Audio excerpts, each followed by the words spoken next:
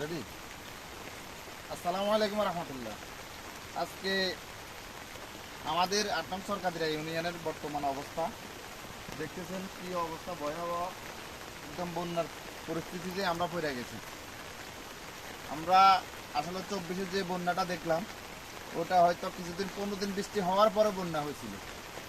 আর এখন ২৫-এ যে বন্যাটা দেখতেছি মনে হইতেছে বৃষ্টি ১ সপ্তাহ না হইতে অবস্থা খুবই ভয়াবহ। দেখতেছেন রাস্তার উপরে পানি কতটুকু, ওদিকে চাইলে ১ হাতের উপরে, ওদিকে পানি বেশি, পানির স্রোত আছে, উত্তর দিক থেকে দক্ষিণ দিকে যায়।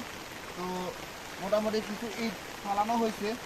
এখন কী হবে ফালাই, যদি আমাদের পানি যাওয়ার পথটা আমরা ক্লিয়ার না করি, যে খালগুলো আছে খালগুলো যদি আমরা ক্লিয়ার না করি তাহলে তো আমাদের রাস্তার উপরে যে পানিগুলো বয়ে যাইতেছে এই পানিগুলো তো আপনার রাস্তা নষ্ট হয়ে যাইতেছে, রাস্তা সাদা হয়ে যেতেছে। তারপরে ওখান দিয়ে অনেক গর্ত হয়েছে, বড় বড় গর্ত, গাড়ি তো চলা থাকবে কথা, মানুষ চলতেই পারে না। এখন এক গাড়ি ফালাই মোটামুটি একটু মানুষ যাতায়াতের জন্য একটু সুবিধা করে দেওয়া হয়েছে। এ হলো আমাদের চরবসু, এটা হলো মূল সড়ক, পরিমিয়ার থেকে চরবসু মূল সড়ক। আসসালামু আলাইকুম।